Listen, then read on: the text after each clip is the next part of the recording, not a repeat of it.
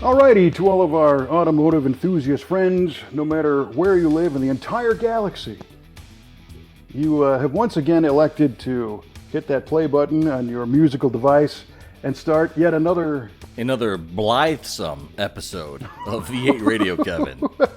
another blithesome Yes. episode. All right. I'm your host, Kevin Ostie, joined as always by our esteemed co-host, Mr. Mike Huball Clark, who is rather blithesome today. What is that even? As a matter of fact, I am, because it's an old 17th century Old English word meaning to have a cheerful disposition.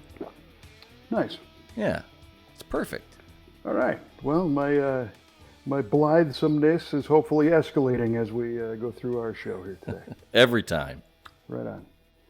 All right. Well, for those who are frequent listeners to our fun little podcast, V8 Radio, you know that we do an automotive trivia contest in which we let the listeners kind of guess along. We throw the questions out at the beginning and then have our answers at the end of the show. Mike, it's just you and I today because I figured we have a little bit of catching up to do. We've had some really great guests recently, but between the two of us this time. So, did you prepare a trivia question? Of course, sir, I did prepare a trivia question, and let's have it. So, Kevin, I finally got off my lazy and procrastinating keister and watched Ford versus Ferrari the other day. Oh, right on. For the first time. Yeah, great movie. I highly recommend it. For how about that? The one other person who hasn't seen it out there, maybe. Well, I wasn't lying, was it? What's that? I wasn't lying, was I, when I recommended it? Not at all. No. Not at all. It was fantastic. So my question derives from that movie, and or from Le Mans in general. I noticed that they did the Le Mans start when they started the races that were depicted in the movie, but at some point, they stopped doing the Le Mans start, and they no longer run to their cars, get in, hop in, and take off for the race. So my question to you, this is a two-parter, is when did the rule change occur to stop the Le Mans start, and who was credited for instigating that and making that happen? Who's credited for ending the Le Mans start? Well, for bringing it to it was stopped because it was a safety hazard.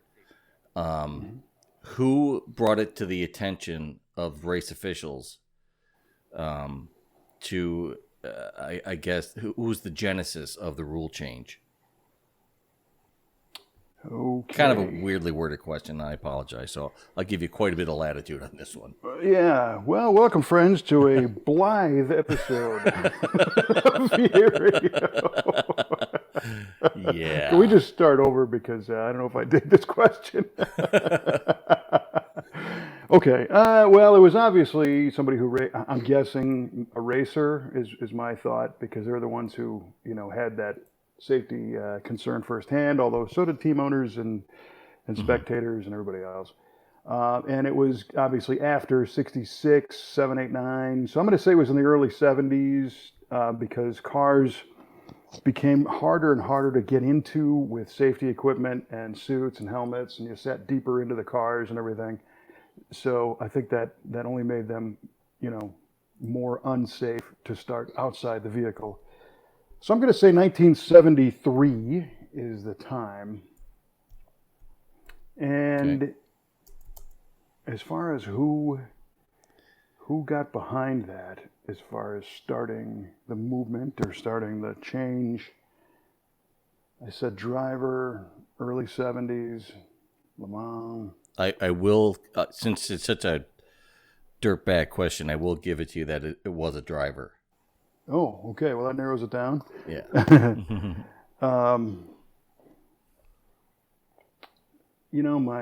My 70s knowledge of Le Mans drivers is nowhere near as robust as the 60s, primarily because of the interest I've had in that film and Shelby and Sure. and all that. So I'm just going to say it was. I'm going to say it was Mario Andretti. Mario Andretti. And I'm going to say right now, I know this is wrong because it's not my final answer. Okay. Let me Because backspace I'm pretty that out of sure there. I'm pretty sure I would have heard that story from Andretti if if that was the case. Whoever it was, you would think would be like, by the way, did I ever tell you the time when I changed the entire racing history of Le Mans? That seems like kind of a big deal. If you interviewed that person, you would have definitely got that out of him. That's kind of what I'm thinking. So that rules out, a bunch of people, right? And at that point, a lot of those racers were doing more indie stuff. Dan Gurney, for example, and man, the F1 guys were doing F1. I don't know if we had a lot of crossover between Formula One and Formula 5000 and Le Mans. I mean, I guess so. I'll tell you what. I'll even give you a little more help. Oh, it's on working. The more I stammer. He was a winner of Le Mans. Not only he was a multi-time winner of Le Mans, and it was a he. And it was a he. I'm reaching here, friends. Work with me. Multi-time, I don't have all the multi-time winners of Le Mans memorized. It's just not how it goes with this guy. So I'm going to say, man, I think AJ Foyt only ran it that one time.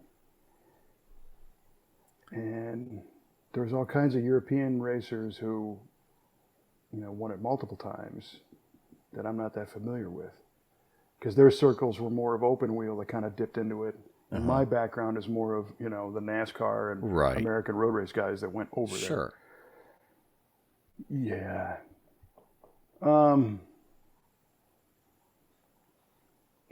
Just for fun, I'm going to just stay with Mario Andretti. Mario Andretti. All right. Mega apologies to our listener. Used to me doing all the hemming and hawing, not you. So I know. It's been a couple of them now. It's kind of a role reversal here. It sure is. All right. Well, I'll tell you what. That was fun for you, I guess.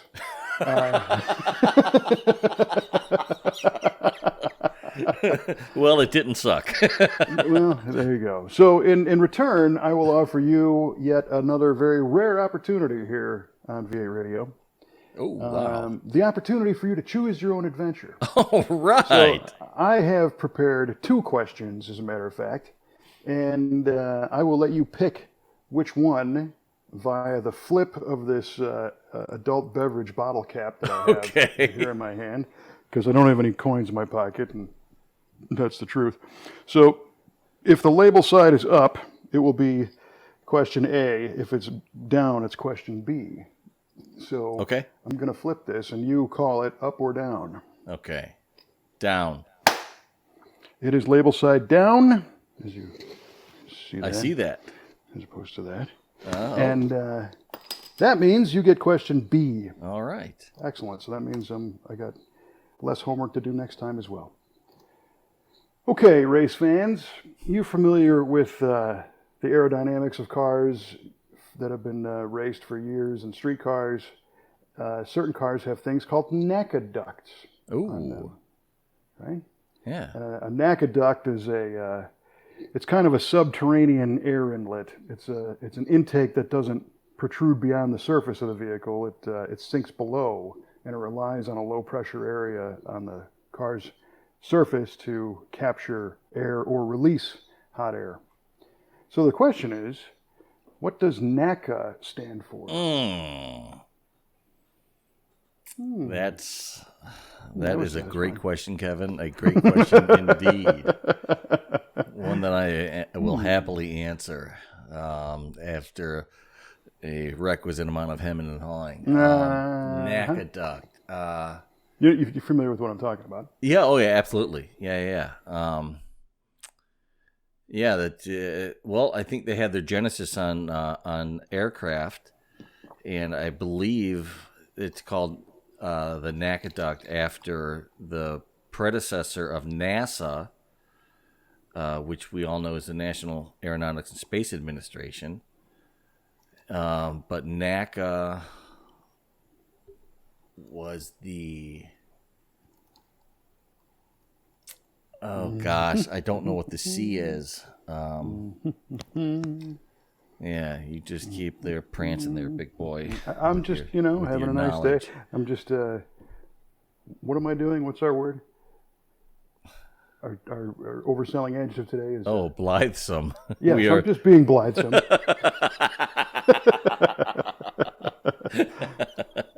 All right. All right. Um, National Aeronautics and gosh darn it. National Aeronautics and Gosh darn it. gosh darn it, doesn't spell the same, but.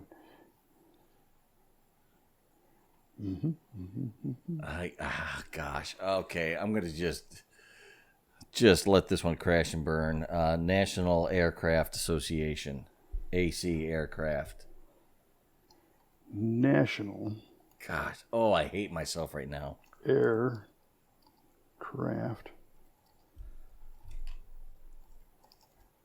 There you go, NACA, Yeah, and that spells NACA. NACA. How about that? Right on. That's your final answer? Yeah, that's my final answer. Okay, duly noted. Yes, thank you. You're welcome. All right, well, the listener's glad that that's out of the way. Yeah, so am I. It wasn't as bad as yours, man, I'll tell you. Right now. Again, I'm sorry for that. I know I come up with some whoppers once in a while, but I usually have pretty good ones for you. This is how we grow. Exactly. It's all good. So, seeing that it's just us today, what is or is there any latest on the GTO project? I know we're still kind of in quarantine here, so. Yeah, a little bit. I ordered a carburetor kit because I'm going to run my Quadrajet when everything's back together, and I got a good quality kit, and I rebuilt my carburetor. That was a lot of fun. That was actually it was almost a spiritual thing because it was just because I hadn't worked on anything in so long with my hands, and especially on my car. And it felt really good to get that thing apart and get every part cleaned up and making sure everything is there and putting the new parts in and getting it all together and just having it ready to go. So it felt really, really good. That's cool. Now, was this the carb that was on the car or one you had, or? It was one that came with it. When I got it from my dad, he had put it on there at one point, but didn't like how it ran. Then he got another Quadrajet, and didn't like how it ran. So then he got an Edelbrock 600 CFM 4-barrel, and that's what was on the car the last time it ran. And I didn't want to use it again. I wanted to go back with a Quadrajet. I just like those carburetors. They run great if they're set up properly and you know how to tune them. So see for yourself what your dad didn't like. Yeah, I probably will. But I made some adjustments. I think it'll be okay. And if it's not, I know what I'll need to do to correct anything that may go wrong. So I'm all right. Is it the correct part number for the car era? Or? No. Well, it's there's two carburetors. One is a 68 Quadrajet, and the other is a 71. And I rebuilt the 71. But it's for a manual car. This car's an automatic. I don't know exactly what the difference would be. Maybe jetting, maybe something else. Who knows? But yeah, that's what I had with it, and I'm glad I did have it with it because I liked my first GTO. I had a Quadrajet, and it ran phenomenally. And it was a great running car, so quick, so fast, so powerful.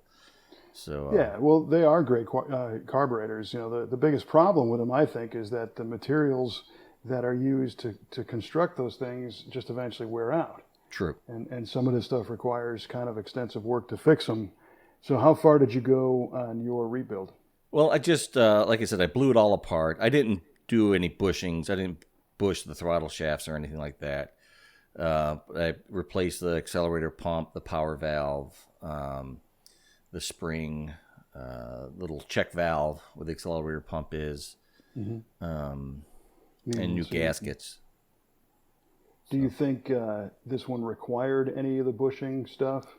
So essentially what happens is the throttle shafts that control the butterfly valves, if you will, the little air doors, they're a hardened steel shaft, but they protrude through this cast pot metal housing. And over time, just the action of those pivoting and opening and closing over all the years, the holes get enlarged around the shaft, and that becomes a vacuum leak. And that means more air is getting in than the correct metering of fuel. So you get some problems. But you can usually tell, if they're loose around there. Yeah, they felt pretty good. I mean, they weren't super. I mean, they weren't very loose. There's a teensy bit of play in there, but Teensy. I mean, nothing. It didn't feel too crazy. So, but like I said, if it does run poorly, I can get a throttle shaft bushing kit and just do it, and not worry about it. But I didn't go that far at this time. That can also be a little bit risky of a job to do. It can, but some of these kits, they have a self-guiding drill bit that doesn't allow you to go off center of the throttle shaft, which is nice. And I watched some YouTube videos on somebody who did it as well, and it's straightforward, definitely. Yeah. It's just a matter of getting the butterflies lined up properly when you put everything back together again, and making sure everything closes properly and seals off properly. That's the big thing, I think. What's the trick on? So the butterflies are screwed to that shaft, Right. and those screws were never intended to come out, because if they do, they fall down inside the engine and cause bad days, Bad juju. non-blithe situations. A very non-blithesome situation at hand. So what do you stake those screws back in, or what? Do you know how that works? No, they just use like red Loctite. Wow. And never have heard of an issue. Guys have done it for a zillion years. Like, I just use the Loctite and it's been perfect. I've never had a problem. I mean, I believe that red Loctite's serious stuff. It is also temperature dependent.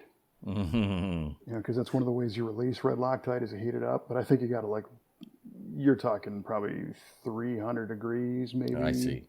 And if you have a 300-degree problem in your fuel system, that's the least of your issues. Exactly. Is the red Loctite coming up because your car's on fire. So Exactly. Pretty much. Yeah.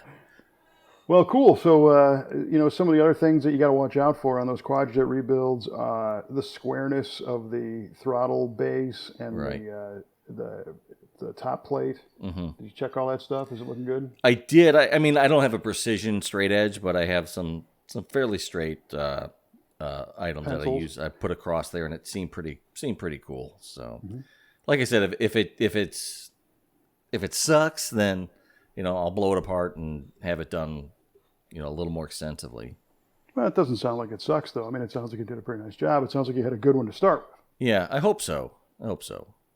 That's So half the battle is. We'll see. But that's the long and short. I haven't been to my buddy Randy's house at all, obviously, since the quarantine. I really can't do much right now anyway, even if I could get over there. I'm just, like I said, I'm just waiting on heads. As soon as I get the heads bolted on, I can measure for push rods. And then once I have push rods, then I can put everything together. So I've just been trying to go through a catalog, figuring out what little items I don't have, and getting a lot of little things that can be a stumbling block when you're trying to get everything together. So, Yep. I'm really close. I think I'm 95% there. Where did you end up getting your Quadrajet rebuild parts from? A guy named Cliff Ruggles from Cliff's High Performance, who's been rebuilding carbs, Quadrajets for years and years and years. Yeah, that's cool, because that's half the battle too. Chances are, if you go to your local parts store and they get you a Quadrajet rebuild kit, it's most likely been sitting for a long time, and I've been victim of this myself, where you go to put the accelerator pump in, and the biggest thing you're trying to fix on a Quadrajet rebuild is a throttle stumble generally. And I had one that I did on my Riv where the fourth drive, the new accelerator pump just shredded. Oh, wow. Just because it had been dried out and hard, sitting in the shelf so long. Oh, I see. Once I put it back into motion, it just peeled. Yeesh. And the funny thing was, the fix on that one was an accelerator pump that I had from a Quadrajet rebuild kit that I had opened in the early 90s. So Holy I replaced it with a 25-year-old repair part that was made of stuff before they make them out of what they make them today. Oh, sure. So wow. it wasn't like leather, but it was some kind of rubber that was like pre-ethanol fuel and everything. But it lived. It did okay. Perfect. I think this one that I have was made out of Viton, Yep. that material, and it has an inner spring in it to help hold the umbrella shape. Yep. Was it blue? What's that? Was it blue? No, it was gray. Gray. Yeah. Yeah. But it sure seems that it feels like it seals nice. When you actuate the throttle, you can hear the air pushing out of the jets from the carburetor. So Perfect. yeah, it seems to be sealing nicely. So I think it'll at least get a good pump shot out of it when it gets put in service anyway. Yeah. Right on. Right on. So And the other things that are aggravating are the where the fuel line connection goes into the fuel filter housing. Yeah. A lot of time that's stripped. yeah, luckily I'm in good shape. I put a new little inner filter in there as well, and I put the threaded insert on there, and it tightened up nicely. The threads are in nice shape, so I was pretty happy about that too. Did you happen to think about that Fram check valve filter? No. I think I told you about that. Yeah, maybe I think a couple you years ago. did. There's a Fram filter that's got a little flapper valve on one side that prevents the fuel from leaking out the front of the carburetor. Oh, yeah, you did say something about that, but no, I didn't get that. Gosh darn it! I got one here. I'll see if I can get it to you. Oh, right on. I remember I bought a couple of them and then I took the Quadrajet off the car, so I've got a couple extras. It's neat. idea. It just has a little thing on the side, So, and speaking of that, the other problem the Quadrajets have is they tend to leak out those plugs in the bottom. Yeah. Did you do anything to repair that or? No. No. Right on. Well, you're about to repeat your father's history. I probably am. Oh boy, good times. Mm-hmm. Yeah, he said it was load up quite a bit and just kind of run rough if you let it idle for a while. So I'm like, well, who knows, Pop? So You could probably still do that, right? I don't think that requires complete disassembly, does it? well, You can flip it upside the down and replace those. secondary wells it doesn't, but the primaries it does. Yeah. Well, you could take the bottom plate off without destroying the gasket. It's never been wet. Correct. Yeah. Oh yeah, for sure. And that trick is you put some epoxy down inside these plugs. There was like a piece of lead shot in there originally, right? It looks like a cannonball almost that they just kind of jammed in these holes at the bottom of this plate, and that was supposed to be a plug for a fuel bowl. And over time, I don't know if those lead balls just kind of deteriorate or they expand and contract too much over time. Yeah, maybe. It's a different rate than the aluminum plate that they're sitting on, and perhaps they crack a little surface area, and then all of a sudden fuel leaks out when you park the car overnight. Right. And it's aggravating. Well, it looks like somebody had addressed that in the past because it did have like some kind of epoxy cover on it on the primary as well as the secondary. So hopefully that's still holding strong, and we'll see. We'll find out when everything comes together. That's it. Yeah. That's the fix. Yeah. Well, you touched on something that I've been thinking about, and we've talked before. We had our guest Clarence on a couple episodes ago and talking about Power Tour, and hopefully people will be able to get out and enjoy their cars again soon. And it seems like all the car events are getting pushed back into September and October right now. Yeah. End of August, September, October. So those are going to be really super busy months. And there's a couple of messages. One is that now is the time again to do kind of like what you're doing. Take care of those projects because you're not going to want to have your car done when you have these opportunities. I'm predicting, the weeknight cruise nights, are going to be just super jammed, and everybody's going to want to go out and go nuts. So, in a case like yours, where you've had the engine out of your car for a long time, and you did some other things, some underhood detailing, and now your carburetor, and you got to finish building the motor. There's a good exercise that we use in our shop. And the term, this could be an adjective for the show one day, but the term I use is mentalize, and we've talked about this before. Yes. It's mentally visualize stuff, and in your case, one way to prevent those little hang-ups from getting you at the last minute is to mentalize the process of Saturday morning, car's done, and you're going to go take it for a drive, and really start at the very beginning, right? So you're going to go out to your garage. What do you need to do? You have your car key? Hopefully. Right? I mean, we got to go basic here. Do you have an extra set? Do you have 2 sets for the GTO? I don't. There you go. This is something that you can do now. Yeah, that's a good point. Right? Whoops. Yeah, because I went for years with 1 set of keys in the Galaxy. We drove that thing all over the country. And I just boy. look back and think of how irresponsible is that to be in a different state, sometimes on a time frame. And I was, 1 dropped key away from having an expensive afternoon. Yeah, right. Yeah. So this process makes you think about all that stuff. So, okay, you got your key. And the second set is hanging on the hook with your, wife's keys or something in case you get stuck somewhere and lose it. But then what happens next? You hit the garage door. Because you got a power garage door, right? Yes. Do you have an extra opener just for the GTO? No. Right. And it's funny because I used to think, well, you just transfer one to the other, because you don't drive the GTO every day, and you never did. However, just this weekend, I found myself in a situation where I was driving my 70 Buick, and I didn't have the opener. We only have 2 of them, and one's in each of the daily drivers. Mm-hmm. And it was pouring down rain, and I was going to come back into the garage, and I had to get out and run around the house and unlock the man door and walk through and push the button. So the fix there is that go grab the one out of your daily driver and just jump on eBay, and you'll find an extra one, probably pretty cheap. Yeah, it's a good idea. Could be a great idea. But I'll tell you what, I do have an extra, a third for the GTO is an iPass transponder. So just for that car. Because I have had it where I've been on the expressway and realized, holy cow, I didn't grab my iPass from, my daily driver and put it in here. So I did get one just for that car. So it stays in there. There you go. And that's for you. For people who do not live in the People's Republic of Illinois, that is the toll road transponder, so that you can contribute to all of the political slush funds merely by driving without exiting the comfort of your own vehicle. You're a good comrade. So we end up, we got your keys, we got the iPass transponder, we get in the car, we know we hit the accelerator a couple times and it's going to light right off because of our Primo Quadjet rebuild. Mm-hmm.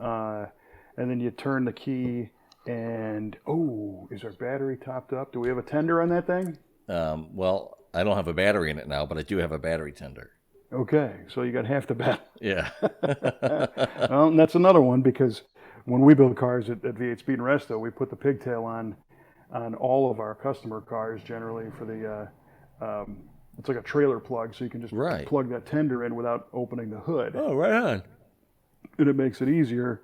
And, I thought, I don't really need the tender, because my own car, I've been driving it basically on the weekends. But last week I got burned because I put a new registration card in the glove box, and I slammed the glove box, and there's a glove box light on this thing, and it did not turn off. Uh-oh. The glove box door did not seat all the way. Oh, no. And it was daylight out, so I couldn't see that little light, right? Right. And the next week I go to have my nice day and turn the key, and it was dead as a doornail. Uh-oh. And I didn't know why. That was the problem. So I jump-started it, and I blamed the parts store battery because I don't have a good battery. I've got just an off-the-shelf thing. I should have an Odyssey battery in this thing. But I go drive and have my nice day. But I'm suspicious now. It's like, do you not shut it off, because it's going to potentially die and not restart? And I know I've talked to you about this in the past when I've been out on a lunch cruise somewhere and I was kind of afraid to shut the thing off. Yeah. But it restarted. I made it home. Everything is fine. And later that night, my neighbors and I were social distancing in our driveway, sitting around, and Kelly had made a fire in an old wash tub, and we're having a nice time of it. It's dark out, and my lights are off inside my garage, but the big door's open. And I looked at the car, and I could see a little glow. Gotcha. That's when I discovered the damn glove box light was on. So I was very happy to discover my power draw. It Good. wasn't just a mystery why the battery was dead, but Was it was the switch bad, or was it just out of place? no, it's the latch. So the Oh, latch for the glove box it's kind of loose in the hole. oh, I see. And So it's it one of those wasn't things you got to seated all the slam way. it 3 times for it to stay. So I lubed up the latch mechanism, and there's a little bit of a science to closing it. You got to kind of push it closed and over center it a little bit, and then it'll click, and then you're there. It is your car now. Yes, it's imprinted upon the car. Mm-hmm. Yeah. So what's next? You turn the key, it starts. You're good to go, right? You throw the thing in reverse and you hit the lawnmower. No, you move that out of the way. You back the thing out, and the little maintenance stuff is all taken care of. You got good tire pressure and all that stuff. If it's a GM 60s car, which it is, your rear view mirror is loose. It is loose. Yes, because they all are. Same with the sun visors, but those don't reveal themselves until a minute or two of driving. Oh man, it's like you're in my head, man. I know. I'm new to all this stuff. Yeah, yeah. We're just sharing your new experiences. Yes, and the problem with the rear view mirrors in a lot of these GM cars is that it's like a cast aluminum mount, and then it's like a fork shape, and the screw sandwiches the thing around the mirror base. But over time, from adjusting it and from tightening that screw, they don't really stay tight. So one thing we've learned is to put a little nylon washer in that, Oh, and that adds a little girth to that interconnect and allows you to torque it down. So I'll tell you what, fixing that is such a nice thing. It's so simple, but oh man, does it make it nice. well, speaking of that, little nice fixes that really make a big difference. When I had my 66 Le Mans, the turn signal stalk was all worn out and loosey-goosey, and just felt like you were rolling through a bowl of oatmeal every time you would try to turn, and it finally broke. And I was lucky enough, I was able to get a genuine GM part for it from the parts store still, because this was 1989, and somehow they still had some new old stock stuff there for me. And I'll tell you what, man, I replaced that turn signal mechanism. It felt like I had a brand new car again. Oh yeah, Unbelievable. yeah. I was so happy to make a turn. Oh, we got to make a turn. Let's hit that turn signal. Because it's like click. Yeah, exactly. And it canceled so nicely. You could hear the little click, click, click as you're turning the wheel. Yeah. And it pops back. Oh, so wonderful. I know, right? Yeah, but it is. That's It really sweet. is. And that's one of the things when I first look at a car, when people are like, oh, it's a 60,000 mile car or something, and the difference between a 60 and a 160 or a 360 is that you move that switch a little bit. Yep. And you can feel it right away. And some of them actually had the lane change, where you pull it just a little bit and it would start to flash before clicking it all the way. Yes. That was an intentional thing, and if that works too, it's like, oh yeah, this is a Oh good one. man, I gotta have this car. Yeah. One of the things that's similar and really nice on my 70 Riv is the tilt wheel. I think they call it the tilt wheel fork or comb or something, and it's the multiple detent positions of the wheel. Yeah. And people ruin these because before they get out of the car, they just pull the tilt lever towards them, and the wheel springs up. Springs up, yeah. And it drags across all those little stops, little gates, if you will, and then they don't have a sharp edge on them anymore, and then the steering wheel is always a little bit loose It's all in that. sloppy now. And this one, I noticed the first day, you grab the wheel, and then you pull the lever, and then slide it up and down, and it's like click, click, Oh, click. yes. It's perfect. And there's a steering wheel or a steering column rebuilder not far from us, Fitz's steering columns, and they rebuild these things. And they were telling me that those pieces are not remade, and they are getting very hard to find that are not screwed up. Oh, really? Yeah, Uh-oh. 60s and 70s cars. So be nice to your tilt wheel if you have an original one. You can certainly put a tilt column in from some, a modern one. But if Right. you got an old one, they still work. They're really nice. Yeah, that is nice. My GTO doesn't have a tilt column, but I would love to put one in. Yeah, it makes a world of difference. Totally. And another thing we mentioned is that sun visor, and that's a tricky one because it's not as easy to put a bushing or a thing up in there so that you can tighten those up again. Some companies sell new plastic inserts, but we've got limited success on those. Is that right? So yeah, those are a little bit trickier. So I know one time I did an experiment. And I think I just wrapped some Teflon tape around the shaft and then tightened it back up, and that was nice because it stayed up, but it didn't really allow you to flip it down and then back up and down and up and down. Oh, I You see. couldn't really use it that much. You could keep it out of the way, but and there's another trick, and that is if you do get a garage door opener, don't clip it on the sun visor at the end closest to your forehead.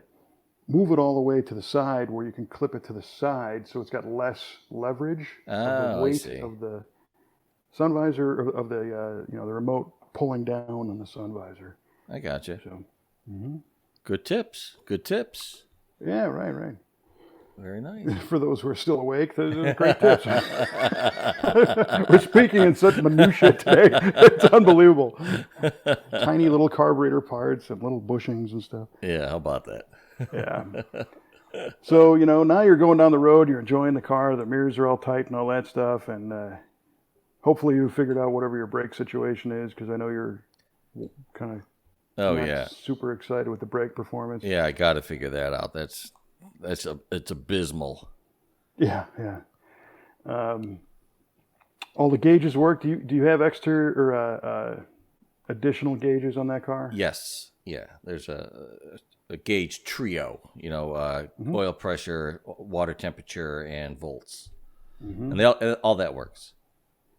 What do you know what brand those are? Just out of curiosity. I think they're Stuart Warner. Oh, cool. I think. Were they in the car a long time, or? What's that? Yeah, well, they were in there when my dad had it. I think he could put be them in. Stuart Warners. Right on. Yeah. Good stuff. Yeah, that's cool. One of the things that I had talked to you last weekend. I took my car out for a cruise, and it was 85 or 86 degrees out, and it was doing just fine. And the torture test was the half-mile long drive-through line at the burger place on black, hot asphalt. And it was just like, this car has no temp gauge. It's got a hot light. Mm-hmm. And if the hot light comes on, obviously it's getting hot. And there's another light, which I forgot what it even says, but it flashes, and it's a cylinder head temperature light. Mm-hmm. So you got coolant temp and you got head temp also in this car. And if that cylinder head temp light comes on, it's warping. I mean, it's like you got a temperature problem. That's a problem. Yeah, and in this case, the hot light came on, but the car did not act at all like it was hot. It wasn't detonating, it wasn't steaming and hissing, and things weren't popping under the hood, like high temperature stuff. And I was a little bit concerned because sometimes, I've been burned before where it's like, car got hot, you shut it off, and then you go to restart it, and it doesn't want to crank over because everything's so hot, and the solenoid's hot, and it's sticky, and all that stuff. So I strategically idle around and found myself a nice comfortable spot under a shade tree to where if this thing did not restart, I had access for a jump. And Right. But luckily I shut it off and it fired right up. So, and again, it didn't feel that hot just physically. So in our shop, Tyler had just done some maintenance on the car. He did a whole bunch of fixes on things, including an intake manifold gasket. And I just think it had a bubble in the cooling system somewhere. Yeah, that's what it sounded like when we were talking about it. Yeah, because it wasn't enough to really cause overheating. Mm-hmm. So brought it home and added a bottle of water wetter to it and topped off the cooling system and heat cycled a few times. It's fine. So that's all. That's all good to go. So that seemed to be the fix there, and I do have to hand it to Tyler at our shop. He took care of a whole bunch of things. Rebuilt the front suspension bushings, so the upper control arm bushings, the lower. This one has a single lower arm with a reaction rod, a strut rod. Oh, And right. he put new bushings in that, and sway bar bushings and end links, and then got it aligned. The tie rods and ball joints were fine. They didn't need anything. Cool. But that car is so just right now. It's crazy. Feels good, right? It feels great. The only thing it needs, one of the wheels is out of balance because it's bent, because they're basically junkyard mags on it, chrome Buick road wheels. So I'm kind of on the hunt for another set of those, or something else maybe. But so it has a little imbalance right around 70 miles an hour, but it goes away at about 74, and it just sings, man. That's nice. It's got new shocks all the way around, and again, a few bushings, and Tyler put new brake shoes on it all the way around, put some axle bearings in the back, repacked the front bearings, just did a bunch of maintenance, steering belt and a few things. Cool. And it is so nice. And, recently I was telling you that I had found another one of these cars, and it was a blue 70, but it had a full white interior, and it ran and drove. It wasn't anything, perfect. But the guy wanted $3,000 for this car, which is not a lot of money considering it was a pretty decent car. It had some rust, but the plan would have been to recreate the exact car that I used to have, which was a red 70 with a white interior, buckets, console, and this car would have been a donor.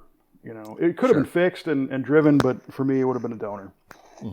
But the interesting thing was looking at the list of all the stuff this car had. So it had the cornering lights in the front, Wow. which are when you turn the turn signal on, they light up like a half headlight power around the corner. It had cruise. It had, of course, a tilt wheel, power windows, power door locks, power trunk release, AC, a speed alert buzzer in the dash, white buckets, console, floor shift, power driver bucket, which I had in my other one too, which is getting pretty hard to find. And then it had a 342 Posi rear end in it, because it was a real GS car, and it had a couple of pieces of trim that I need for mine, and just a whole bunch of good stuff. Yeah. And I really was debating, if I should get this thing, and the car lives in a different state, and I'm thinking, okay, well, I'd have to go there and haul it back and all that jazz.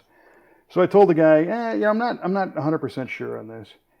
And then he sweetened the pot and said he's got family that lives near me, and said he would deliver it. Oh, wow. Yeah, I know. Oh, it's hard to say no. It was, but so here's where I landed, right? Yeah. So I was talking with a couple of guys in the shop, and they're like, what would you do? And the white interior was pretty nice, but it probably needed a redo. Okay. So reupholster everything. And the headliner you can't really salvage, so you're going to have to put a new headliner in the car, and then a white one. And then all the rest of the pieces would have had to have been, probably re-dyed or thoroughly scrubbed or restuffed or whatever. The console was pretty nice, except the plated parts were kind of worn through. And then like the rear end, you're at the mercy of whoever owned it. If it was True. safe, and alive, basically, because those things, they're not like a Ford 9-inch or a GM 10-bolt or a 12-bolt where you can easily rebuild them. This is a weird rear end. It's a 9 3/8 Buick. That repair parts are pretty much non-existent. So you can put bearings in them and seals, but that's about it. So I'm thinking, okay, well, I could have a big party and, gut the one and do all this other stuff and put it all back together. But it was on one of those little weekend drives that I started to realize that, so my car has a 307 rear end, and it's not Posi. Right. But it goes down the highway, I don't know, at 2,500 RPM, 2,800, something like that.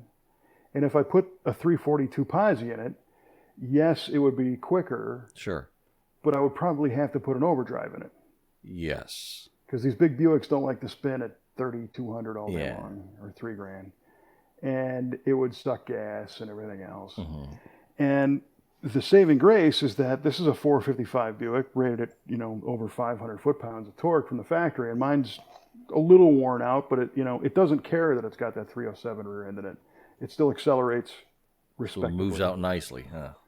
So I thought, yeah, maybe I don't need to go through all that. And then the other part was that the bucket seat console interior looks killer, but I've been really spoiled by this bench. Is that right? And the bench in this car looks like buckets because it's got the seat backs are the same as the bucket seats. They have Okay. individual buckets with the plastic thing on the back, and they both flip forward, Okay. just like the buckets do. And then it's got a huge armrest in the middle that folds down. So when you just look at the car, it's like, oh yeah, cool, you got buckets. Well, you don't. The bench is only the bottom part. Is it a full bench or is it a split bench? No, it's a full bench, Okay.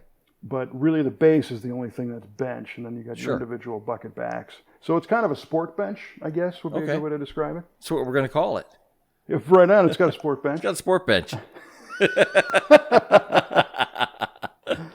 And that armrest, it is just so comfortable, And the flip side is the factory console on the floor puts the floor down, or where your arm would go, Yeah. another 7 or 8 inches lower. You can't lean on that Right. floor console. That's true. You can't. So I started to think, so what would I be doing here? I'd be making the car less comfortable to drive. I'd have to find another gear because it would drive me out of my mind. So I'd have to figure out an overdrive, and that's an X-frame car, so I don't know if a transmission is going to fit that easily. We've talked about this before. So then I kind of thought, you know what, that blue car, it's a little bit too nice to just part out, and It has a lot of options on it. oh yeah, it had just about everything. Yeah. And so the Cruise I can add to mine. I think I actually have a power window rig for it in a box upstairs, so I can Okay. add those. And it was air conditioning, and mine's non-air, so eventually it'll get that. But I thought maybe I'll just let somebody else buy that thing and enjoy it as a complete car. And then here I am with this one, and it's already done. I don't have to do any of that stuff, and it turns out I actually kind of dig it. So All right. Well, I think I was pushing you to get that Riv when you showed it to me, yep. but I like the decision that you came down to and the rationale you used to not buy it. Makes perfect sense when you explain it. Well, I had to come to some realizations, of like, what do you really want with this thing? And of course, I wanted to recapture my old car. But I remember driving that thing on the highway, 3 hours to school and back, or whatever it was. And it was like, you're looking for a cardboard box, or you're balling up a sweater or something to make an armrest, Oh yeah. because it just wasn't that comfortable. And yes, the power bucket seat was pretty cool because it gave you a little adjustability that I don't have in this bench. Yeah. Maybe I'll try and find a power bench seat base for it. And then I'll Power be able to sport pitch it bench. back. There you go. The Electro Sport bench. Options that never were but should have been on the next V8 Radio. That's right. That's right. That's a trivia question. What was this called? It was the Electro Sport bench, but not. Nice. Yeah. So I don't know if there's going to be somebody who's going to buy that car and enjoy it, but hopefully somebody does, because they're going to get a pretty good deal. It was a nice looking car.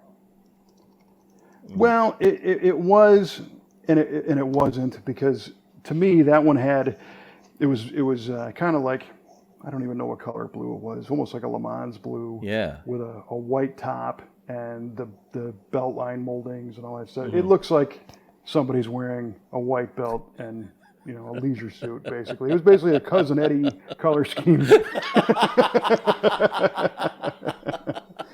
and I was attracted to these cars because they had mine and this one that I have now have no vinyl top and none of the crazy moldings on the side and the side skirts and all Okay. that stuff. So, but it didn't look terrible. It just wasn't didn't turn my crank, and I see. don't- Okay. the guys at work are like, yeah, you could have bought it and parted out all that stuff and made, 3 times your money. And it's like, well, I probably could have, but It's a lot of work. I think it was kind of maybe doing that car a disservice too. It's still all there, and True. somebody could.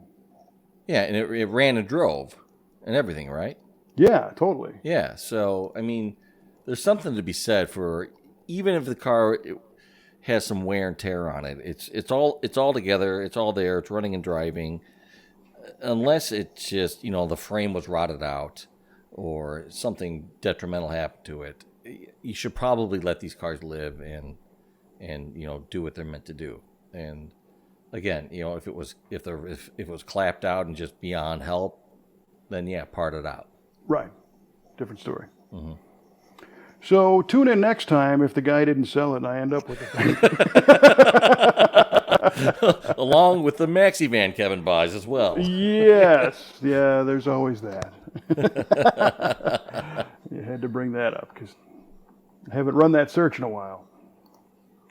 But we'll get there. I know what you'll be doing after the show. Yeah, thank you so much. You betcha. I'm here to help. Yeah, I'm here to help. So, along those lines, I did want to do a quick listener shout out. Right on.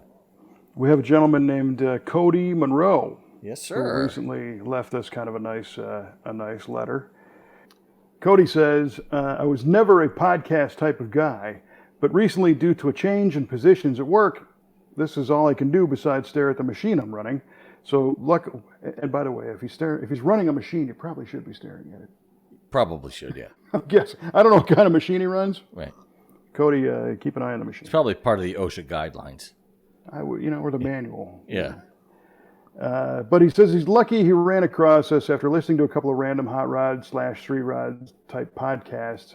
Once I found y'all's, I've been binge listening. I love the humor, the guests, and the chemistry between you two guys. Love the trivia and how you all make us wait to the end. And he listens to us on iTunes. And thanks for a great new to me podcast experience. Right on. He's posting some pics of his frame-off Resto 66442. It's a 3rd generation car. Been working on it 4.5 years, 95% of the time by myself. P.S. Kelly's voice is a lot prettier than y'all's. Yeah. So. Truer words have never been spoken. Yes, ain't that the truth? And the picture he sent was really cool. It was a good-looking car. I like those 66442s. For sure. Those are really clean cars. If it's a real 442, that's got that interesting tachometer too on the dash. It's like a little pod off to the side. It's cool looking. Oh, right on. He's got that. So Cody, thanks for listening. We appreciate you checking us out. We made you actually wait to the end of the show to hear your shout out. So it was like a double tease on the right. How about that? trivia question and of the listener shout out. So thank you. We appreciate it. Good stuff. Good stuff. I like reading stuff like that. So appreciate that. All right, it's much better than hey, you suck. Yeah. Well, yeah. It is a bit better. But we're pretty lucky. We really don't get those. We get people who say something nice or don't say anything at all, I guess, and that's pretty cool too. Golden rule right there. I like it. Appreciate that. Yeah. All right, man. You ready to reveal these trivia questions so our friend Cody Monroe doesn't go out of his mind here? All right. Let's do this. All right, Cody. I asked Kevin, what year did the Le Mans start end at Le Mans, and who was credited for enacting, for the genesis of the rule change. Yeah, wrong are my two Kevin answers. said, I hear you grumbling. Kevin said 1973, and it was Mario Andretti. The correct answer is it was 1970 when the rule change happened, and it was a driver by the name of Jackie Ickx who did that. Jackie Ickx. Jackie Ickx was on the 1969 Ford GT40 team that won Le Mans. Nice. Yeah, and so what happened was apparently he had lost a teammate in a crash earlier that year, and he was kind of trying to get something changed to make things safer, and he saw the Le Mans start as being very dangerous because when the drivers would run to their car, they would just jump in, start it, and go, and they weren't buckling up. Right. And in that same race, he a driver crashed and died. In that '69 Le Mans start, he walked to his car when everyone ran. He got in, he buckled in, he started dead last, and he still ended up winning the race. Nice. And the race officials took notice, and they made the rule change for Well, there 1970. you go. He proved it wasn't necessary to Exactly. have the chaos. Yeah. And that was really just for show, anyway, But right on. Yeah, So I thought that was both of pretty those interesting. wrong. I'm like, ooh, I'm going to burn Kevin's mind with that one. It was interesting. Thank you.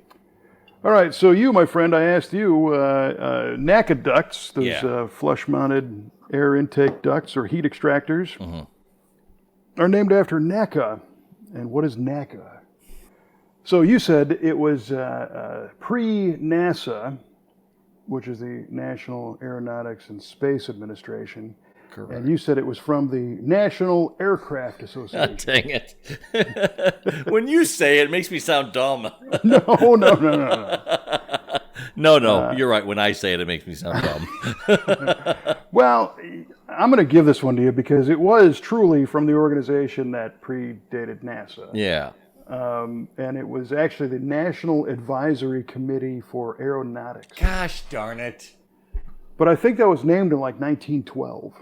Oh, is that right? So it was an airplane thing, it wasn't Yeah. about space yet. Yeah. And that's good. So, I mean, you knew what it was. It was Yeah, I just, just didn't know what it stood for, right. Even though which is what your question was asking. technically that's what it was. So you got it wrong, man. but that's okay. Man. Good times. Good times. Yeah. Great question, though. Those NACA ducks are pretty cool things. Yeah, they look cool. Yeah. It was just one of them things where I was just wondering, what the heck does NACA stand for? Yeah. Dig it. So Now we know. Now we know. Now we know. And now you know, Cody. That's it. Cody Monroe, now you know. Uh-huh. Could be a new segment. Now you know Now with you Cody know. Monroe. Oh, this is perfect. Yeah, We it's need fun. another guest. It's true. When I was in college on the radio, there was a segment my buddy and I used to do called News to Me. Oh. Love it. Because we didn't really know what the actual news was, so, And that's news to me. Right on. Right. Well, listen, this was fun. Yeah, this was good. Good to catch up. Good to catch up on the stuff and talk minutia, tiny car details Yeah. here on the Well- big show. That's what counts. The devil's in the details, so you got to pay attention to them. For sure. We appreciate everybody listening. Cody and somebody else. Somebody else. Maybe Trevor. Actually, kudos to all those who listen because we do get a lot of good positive feedback and we appreciate it. And as always, you can find us on a variety of different podcast sources. On our website at v8radio.com and also our Facebook page, there's actually a page where you can click on all the different links How about that? and find your favorite podcast server. And I will let out a little secret that a lot of people will follow us on the Facebook page and we announce when our next episode is going to come out. But if you subscribe to one of the podcast aggregators like Apple Podcasts or Stitcher or iHeart or Podchaser or any of those guys, you generally get the show the night before. How about that? Yeah, a little inside tip there. Nice. So if you really can't wait, just click the subscribe button and you'll get a little bit earlier. So, all right, man. You got anything else, or you're as mentally tapped out as I am today? No, man. No, it was a good show. I'm glad that we were able to get caught up a bit on what our projects are doing, and I know you got a lot more done in your galaxy as well that we can maybe hit on the next show. Yeah. And keep it rolling. Jonesing for a road trip. That's all I can tell you. Oh yeah, man. Shoot, you and me both. It's been years since I've been able to drive this GTO. I'm like Cody. What did he say? 4.5 years? Pretty much the time frame I'm working on too. That's it. Well, you know the takeaway there. Yep. Stare at your machine. There you go. All right. Well, for Mike Hubal Clark, I'm Kevin Ostie, and thanks for listening to this latest Blithesome episode. Blithesome episode of V8 Radio. We will talk to you next time, and keep the shiny side under 100. Talk to you soon on V8 Radio.